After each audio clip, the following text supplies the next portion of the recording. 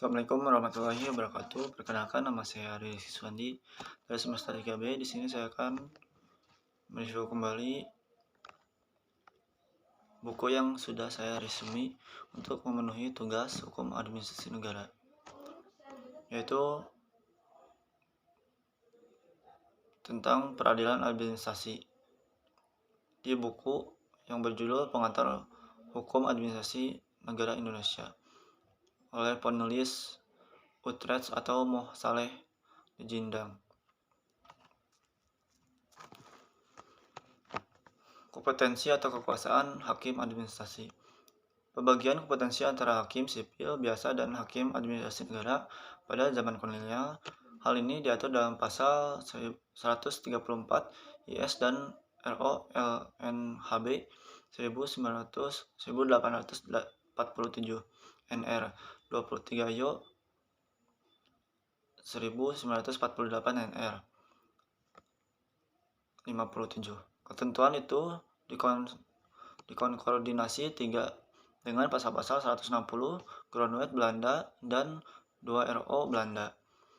Jurisprudensi Indonesia tentang pembagian kompetensi antara hakim biasa dan hakim administrasi negara mengikuti jurisprudensi Belanda tentang pembagian semacam ini di negeri Belanda, yaitu sampai saat berlakunya di Undang-Undang Indonesia yang baru ini pada tahun 1983. Dan jurisprudensi berdasarkan undang-undang baru ini yang mulai diperkembangkan, tetapi ada suatu perbedaan kecil, yaitu jurisprudensi Indonesia mengindahkan baik pasal 1134 IS maupun pasal 2 RO. Sedangkan jurisprudensi Belanda hanya mengindahkan pasal 2 RO Belanda saja dan tidak memperhatikan pasal 160 Grondwet.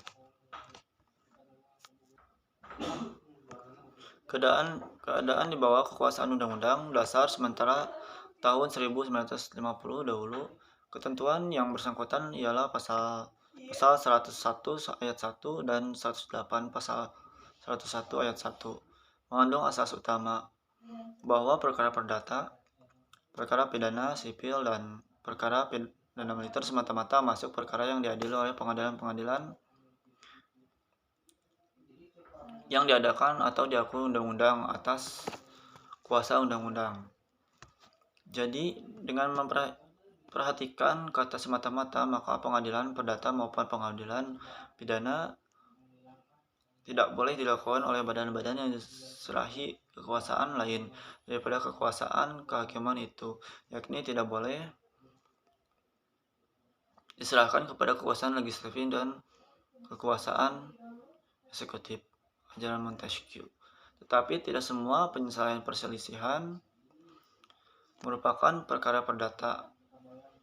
Terdapat pada pasal 101 ayat 1 dan pasal 108. Ada juga penyelesaian perselisihan yang merupakan perkara administratif. Oleh pasal 108 dirumuskan sebagai sengketa yang mengenai hukum tata usaha. Oleh karena objek litisnya bukan hak tidak disebut dalam pasal 101 ayat 1 itu, dapat dikatakan bahwa pengadilan administrasi tidak diserahkan kepada badan-badan yang biasanya diserahi kekuasaan kehakiman, melainkan tetap dilakukan sendiri oleh badan-badan yang biasa diserahi kekuasaan eksekutif, yaitu oleh badan pemerintahan dalam arti kata sempit administrasi negara.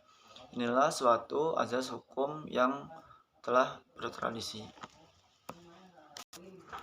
Sekian dan terima kasih. Mohon maaf apabila ada kesalahan atau kekurangan. Assalamualaikum warahmatullahi wabarakatuh.